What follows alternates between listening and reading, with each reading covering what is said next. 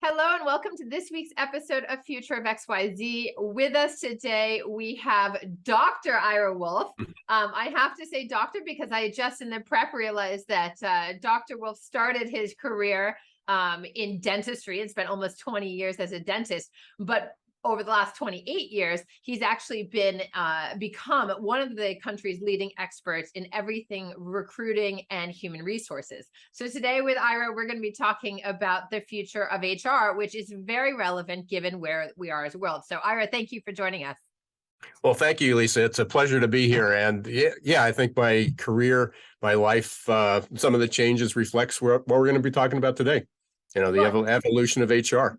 Well, the evolution of HR, let's just start there because, the last few years have been very, very hard on both employers and employees. The incredible uncertainty and the fast-paced changes to adapt to everything that happened largely as a result of the pandemic have changed, I think, inalterably the landscape of HR and what employees expect and what employers have to provide and how they're adjusting. So I'd love a quick synopsis, knowing how little time we have overall, but what is the state of HR at this particular moment in, September of 2022? I think we can easily sum it up in an acronym, which I've been talking about for 20 years, and Warren Bennis was talking about it for almost 50 years. VUCA, V-U-C-A. The state of HR is volatile, uncertain, complex, and ambiguous. I think that I don't know, and I think that's about our life too. I say if there's four letters that summarizes or encapsulates what 2020 was like and our life since then, it's been VUCA, V-U-C-A, volatile, uncertain, complex, and ambiguous. Yeah, that certainly resonates with me. And I think a lot of the writing that I've done has at the beginning of the pandemic and throughout really has alluded to that ability to adjust and adapt, because I've always talked about that. The ability to adapt is so crucial for survival of life, but it's become even more obvious now. I mean, one of the greatest things, we'll get to lots of the trends, but one of the things that certainly seems that's here to stay and that every company is navigating and then every employee is navigating is what we'll call both remote as well as hybrid work.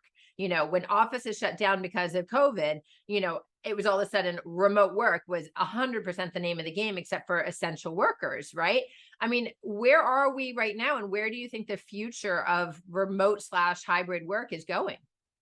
I'm going to go back to VUCA. It's uncertain, complex, and ambiguous, right? I won't say volatile at this point, but at least uncertain, complex, and ambiguous. That's where we are. I mean, there's this challenge going on, and there's a great divide between the C-suite and executives and employees.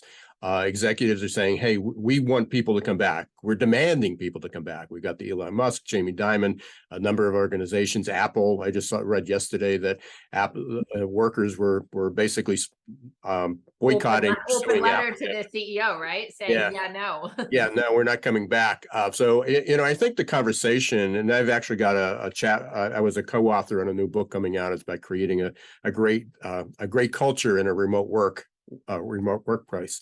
And we talk about that all the time. And one of the challenges is that it becomes an either or. It's not a binary choice. People are saying that everybody needs to come back to the work or it's got to be 100%. And the reality is in between those two is what hybrid is. But hybrid's not one thing. Hybrid is there's 99 degrees of separation between hybrid or between remote and in person. And that's the evolution. Some people are saying, oh, it's a 4-day work week. Well, 4-day work week, if you're going to put 10 or 12 hours in during those times, it allows you that one day. But what if you don't have childcare? What if you have a long commute? What if you don't need to be there? I mean, I keep hearing more and more of this of people going to work. And when they're in work, they're on Zoom meetings, even in the same office. Right. That they're meeting with other people. So we're still working it out. And I think that, and we say it facetiously, but I really do think it's uncertain, complex, and ambiguous. We haven't figured it out. Companies are trialing it. And what they do this year, if they make a change 12 months from now, it didn't mean that it didn't work. It's a journey. This is going to be a journey, but there's no turning back. We are not going back to only 2% of workers have an option to work remote, and 98% have to somehow go to an office, go to a corporate center, go to a manufacturing facility, they go to someplace. We're not ever going back to that, but the reality is the other thing, and this is really important for people to understand, there's only 40% of jobs that even have the potential at this point to be remote or hybrid. There are 60% of jobs that still require people to show up. We just had a landscaper. He can't do that remote.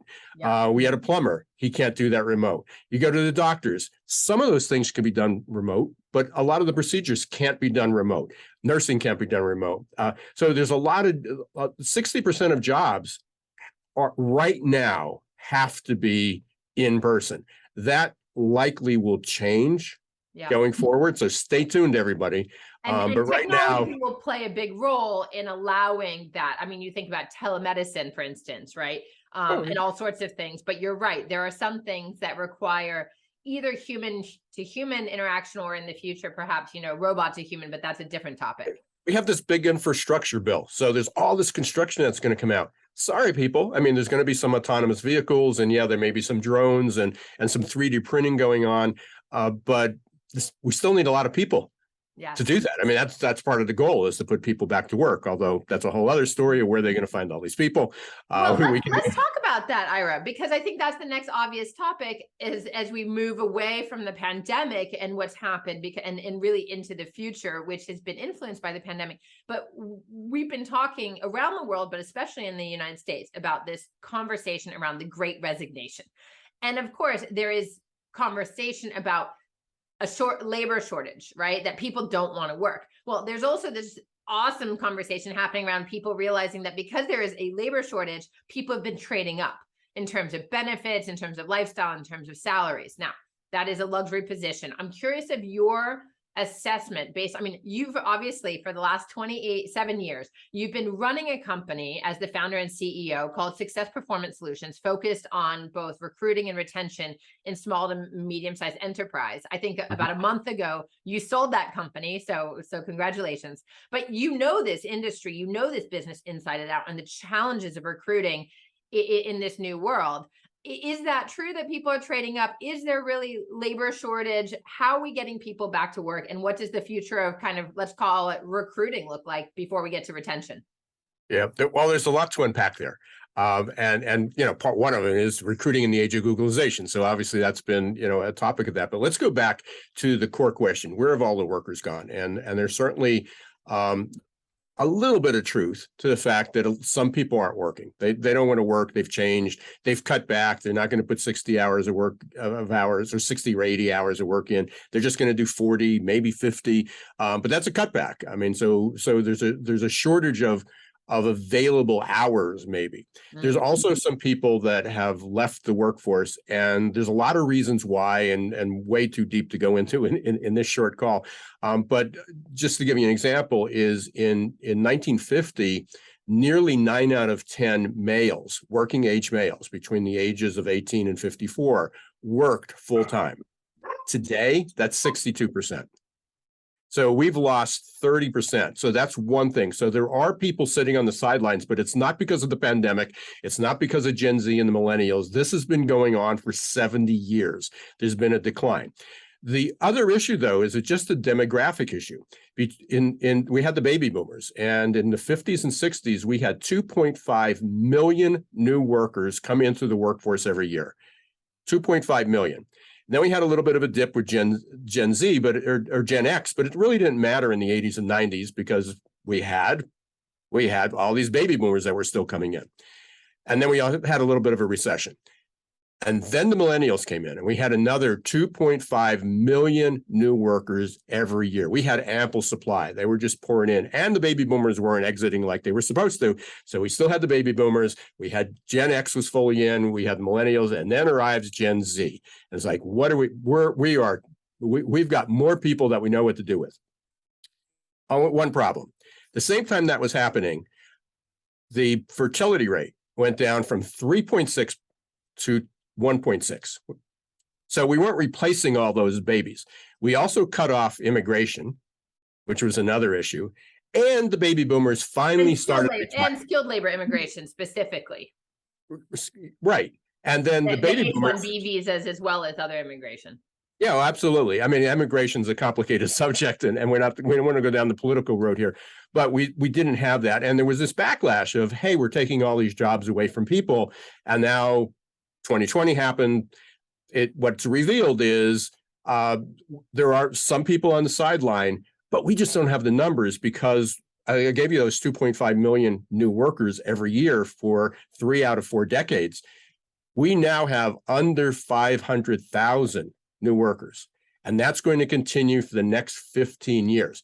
So the problem is we stopped immigration, baby boomers are retiring, the Gen Z is supposed to be replacing the baby boomers, except there's only one half as many, and not all of them are working. And they're saying, no, we're not going to do 80 hours a week. We're going to do 40 hours a week, or we're going to do 40 hours a week, and then we're going to take 3 months off. Okay. So there's a whole lot of dynamics. So is there a labor shortage? Yes. Is it because people are just lazy and bad attitude and sitting on the sidelines?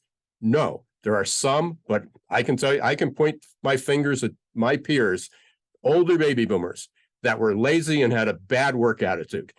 You can do that in every generation. So we've got a problem. So Employers have a problem.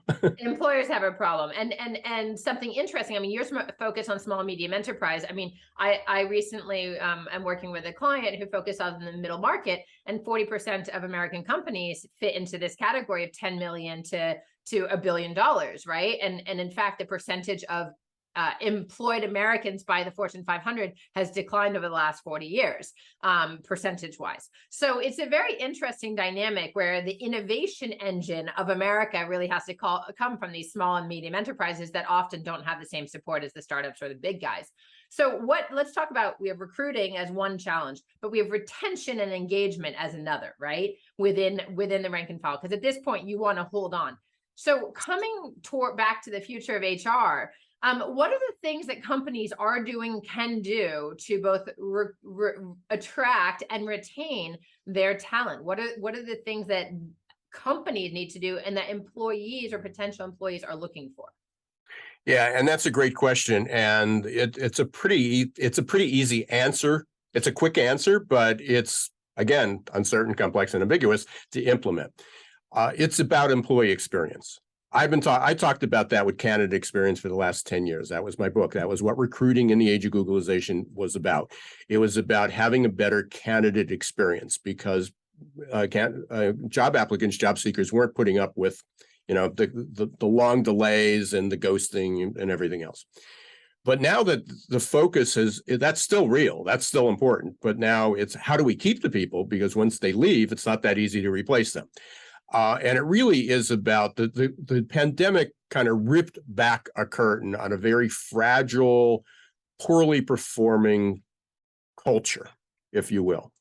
Companies got away with murder, with low pay, toxic cultures.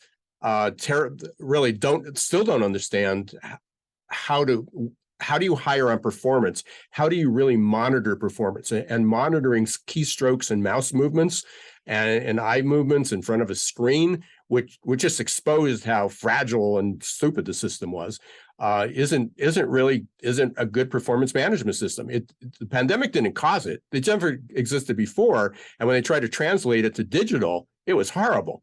So companies really need to, but when there's a short supply, and I'll give Lou Adler credit for this. He's a guest on our podcast, and he said the demand for talent is infinite, but the supply is limited. And that's our reality. That's been shaping over the last 50 years, since as long as I've been in business. But there was those 2.5 million people and immigration taking care of that. Now we're in short supply. How do you deal with that? Number one, do you treat people fairly, with dignity? There's a couple books coming out or been written about one is called Humanocracy, bringing the people back, having a people first culture. You can call it whatever you want, but now it's no longer just the poster on your wall. It's no longer a tagline on your business. It's no longer just Real a short people description. first culture is important, right? It is, but I'm of the belief, and this is, I'll challenge the company culture. We need a better company culture. We need a people first culture, or people forward culture, whatever you want to call it. My belief is you don't create the culture and employee experience happens. You create an exceptional employee experience, and the culture is the result. And I think people went into, we're going to have a 3-day retreat, and we're going to bring in a consultant, and we're going to define our mission and our purpose and our why. And we're going to get everybody on board, and we're going to, and here's if we follow these steps, we'll have a good employee experience. And that's BS. We actually have, my colleague and I have a topic called the no BS culture.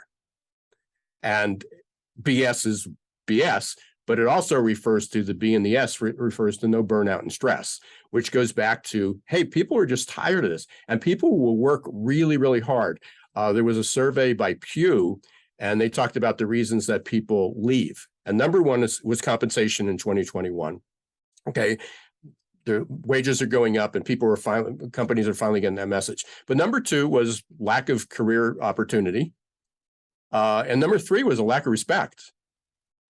And I think the lack of respect talks to a couple of things, right? I mean, there is but you talked about like how Gen Z wants to be, they want to live like 40 hours a week and then take 3 months off or whatever. But like, whoever we talk about, whichever generation it is, there is an aspect of respect, and there is a failure of systems. We're not going to get into politics, but like, we are one of 4 countries in the entire world, in America, that has no paid leave, whether that is parental, so maternal or paternal, whether it's paid medical, whether it's grievance. I mean, there are all sorts of things that we don't have a social safety net for, that employers need to step into the void. And now we have women's, healthcare as reproductive healthcare as one more of those topics. And it becomes very complicated. I think respect is a very broad understanding umbrella of what employers need to think about providing in an age of,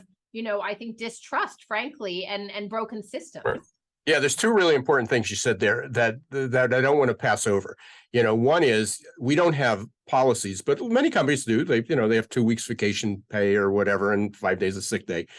All fine and good, except when the culture penalizes you for taking them.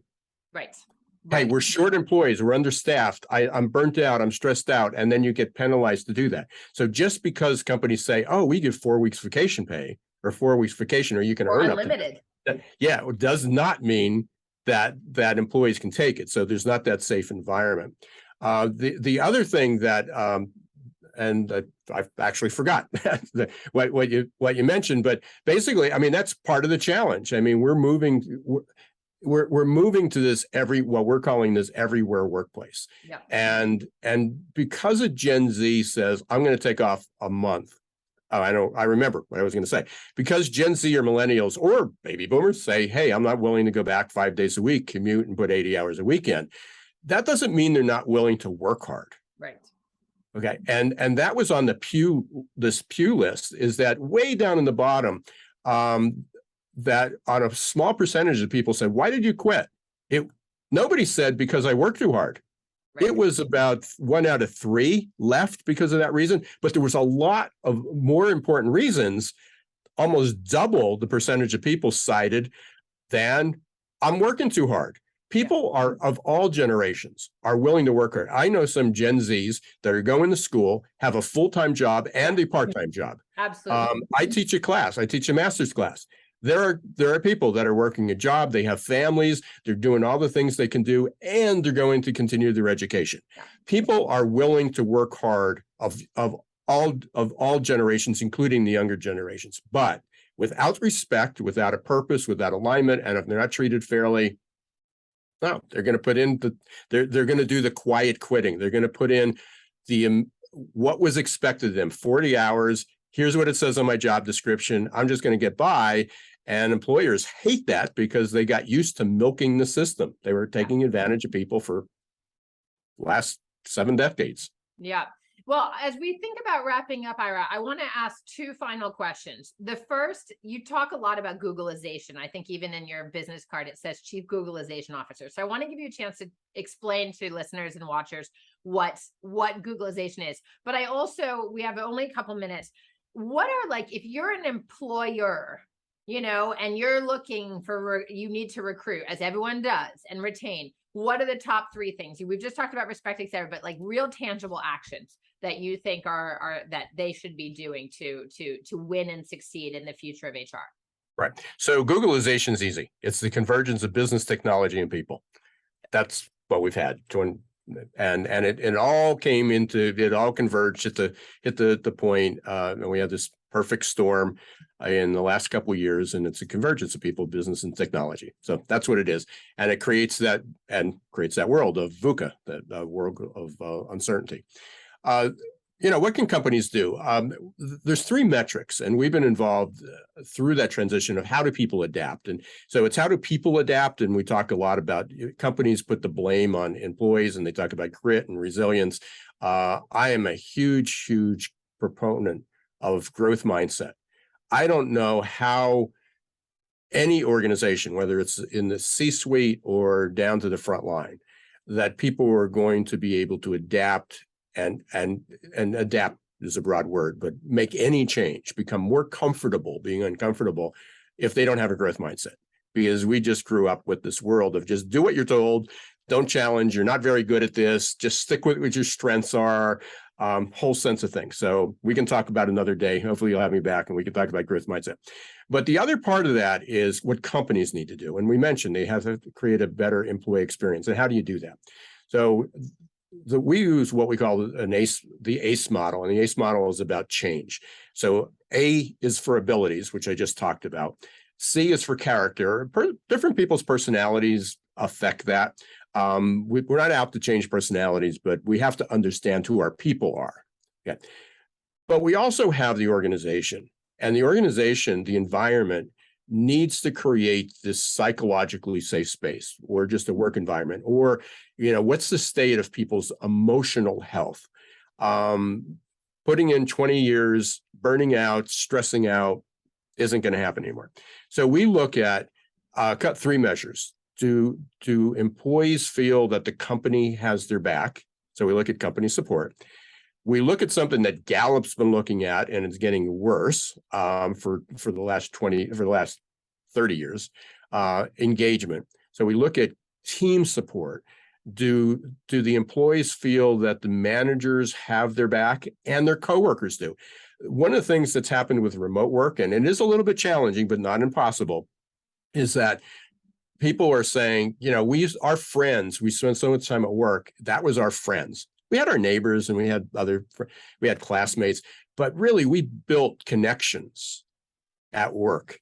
Yeah. We had friends, and that's what's difficult to do right now. Especially for the younger workers. I mean, onboarding and building those networks and the osmosis of learning from older. And there are some workers over the last couple of years, some young people that went to college. I mean, it was remote. Right. I mean, they lost that whole opportunity to develop the connections, those friends. So people need connections, and a huge opportunity for business is really to figure that out. And the excuse is we have to be in person to do that. You don't have to be in person. There's ways to build good connections with technology. I'm not saying 100%, but there are ways to be able to do that. So that's a huge opportunity, but that's another measure. So we look at company support, team support, and Gallup's been talking for years that, managers, people don't leave companies, they leave managers. So managers, the managers got to up their game, just simply. And then the third is you need to create an environment where that's allowed to happen. You need to create an environment. They say, hey, we have great policies, but we still can't attract people. Then you have to go to the next step is why. And it's like, well, are the managers penalizing the employees for taking a day off? Right. Or coming back to the culture and the culture of support, trust, dignity, respect, that counters this concept of volatility, uncertainty, et cetera, that is the VUCA, right? Yeah, or even the performance metrics. So performance metrics are based on productivity. If productivity declines because 10% of your workforce is on vacation or took off that day, and you gave them the flexibility that they needed to retain themselves, but that means you're short-staffed, your production numbers go down, and then the manager gets penalized, and then he takes it back out. So Yeah. it really is complex, but the HR needs to really step up to the plate, which has not, and HR has traditionally not been very good with not only people analytics, but just with metrics. Their metrics were pretty soft. And I have to say that is like, I'm going to actually just stop us, because that's like the mic drop, Ira. It's like HR really needs to step up to the plate. I think is like, because we are now entering a human-centered workforce. If we've always had that, but we need it more than ever to go forward. And to, especially in the United States, where, you know, employers drive a lot of the innovation and growth of this country. So I think HR really needs to step up to the plate with metrics, as you said, that measure the right things that are going to lead to recruitment and retention. Oh, absolutely. And this isn't a blip. This isn't, we're still, people look at it. We're just in this post-pandemic valley. And then, like, you know, all of a sudden it's going to springtime, and all the trees and the blooms and all this excitement comes back. It's going to be challenging, and it's not going to be uniform. There are going to be some regions that thrive and some that are still stuck, and then it's going to reverse. And there's going to be some industries and some jobs. It's going to be volatile, uncertain, complex, and ambiguous. Well, thank you so much for joining us, Ira Wolfe, on Future of XYZ and talking about the future of HR. It's really been a pleasure. Absolutely. And you can tell by my passion that I love doing it, and hopefully people connect with me on LinkedIn, and we'll continue the conversation. I love that. Absolutely. Ira's company is poised for the future. Please check him out. And everyone who is watching or listening, if you don't already subscribe to Future of XYZ, make sure you do. You can do it on YouTube or anywhere you get your favorite podcasts. Leave us a 5-star review or a nice note on Apple Podcasts specifically, and follow Future of XYZ on Instagram. We'll see you next week. Ira, thank you again. Thank you. Have a good day.